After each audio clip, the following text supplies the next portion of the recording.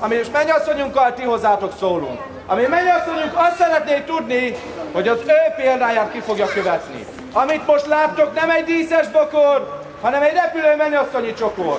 Aki ezt a csokrot elkapja, lesz olyan erénye, ha nincs neki, hamar lesz vőlegénye. És mint nagyvőfély abban reménykedem, hogy az ő esküvét majd én vezénylem, és mindenki előtt tiszta szívből megígérem, hogy a videós és a fotós barátom ingyen fog dolgozni. Jó? Megkérem, hogy forduljon meg. 3-ra, akkor repül a csokor. 1, most tehát 3-ra. 2, 3, fölpróbálnak. Vége. 1, 2, 3.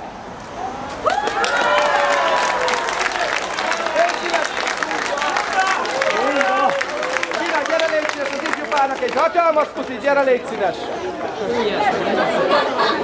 Miki, fáradj te is közelebb, így van, egy puszit, akkor a kedves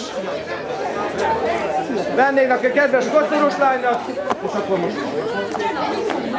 Jó, jó, akkor ide középre.